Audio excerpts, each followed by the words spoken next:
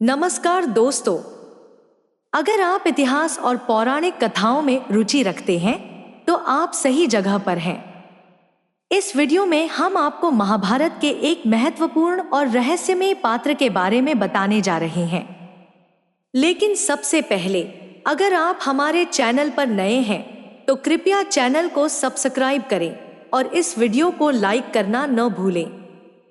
इससे हमें प्रेरणा मिलती है और आप तक ऐसे ही ज्ञानवर्धक और रोचक वीडियो पहुंचते रहेंगे।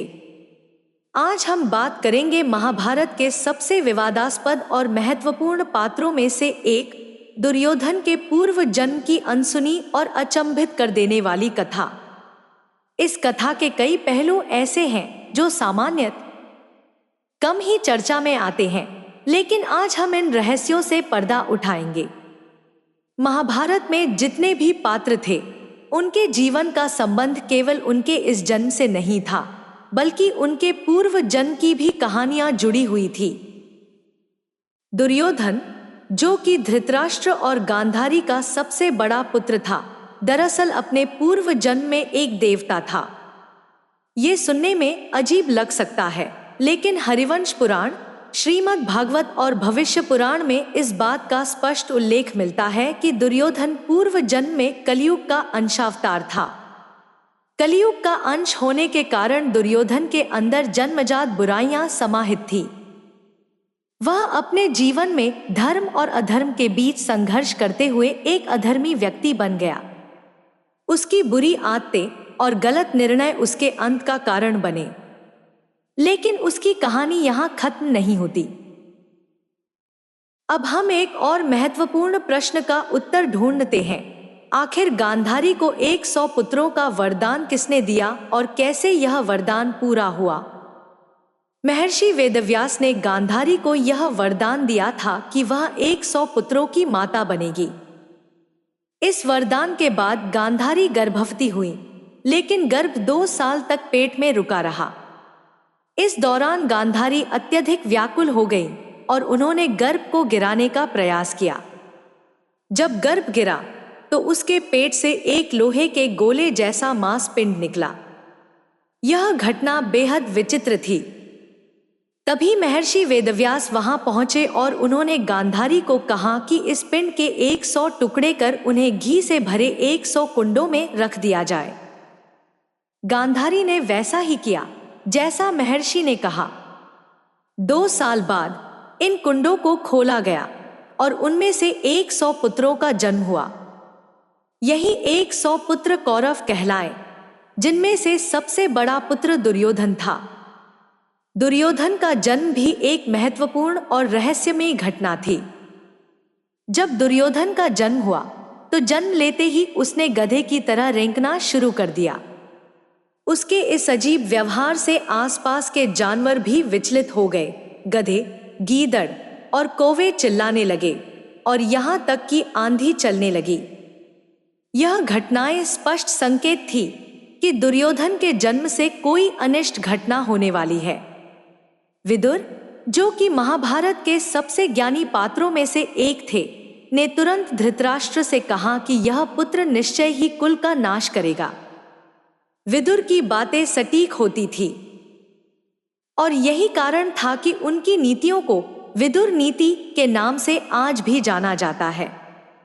विदुर ने धृतराष्ट्र से आग्रह किया कि वह दुर्योधन का त्याग कर दे, लेकिन पुत्र मोह में फंसे धृतराष्ट्र ऐसा करने में असमर्थ थे।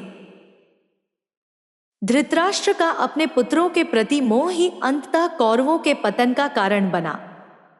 दुर्योधन को अपने कर्मों की कभी सजा नहीं मिली और यही कारण था कि उसकी क्रूरता दिन ब दिन बढ़ती गई।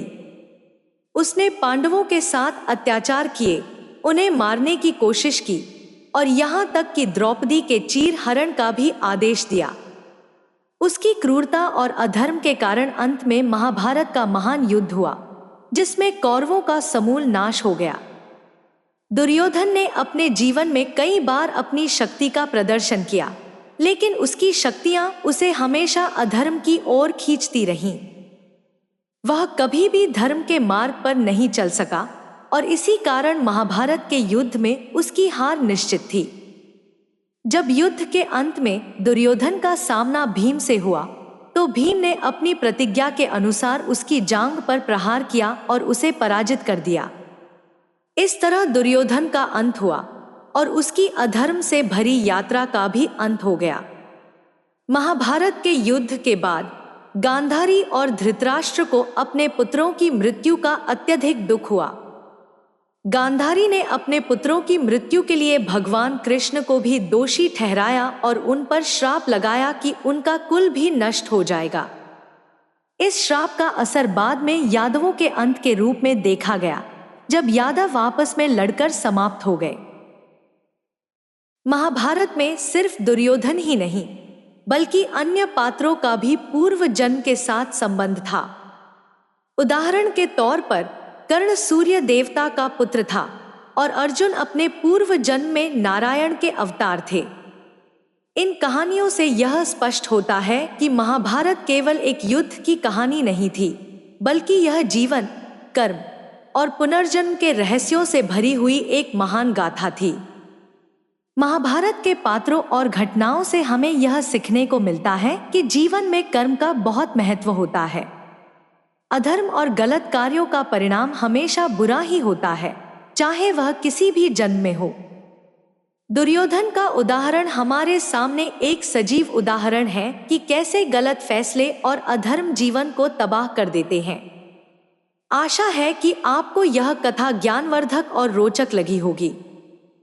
अगर हाँ, तो कृपया इस वीडियो को लाइक करें, अपने दोस्तों और परिवार के साथ शेयर करें और हमारे चैनल को सब्सक्राइब करना न भूलें ताकि आप तक ऐसे ही और वीडियो पहुंचते रहें। धन्यवाद।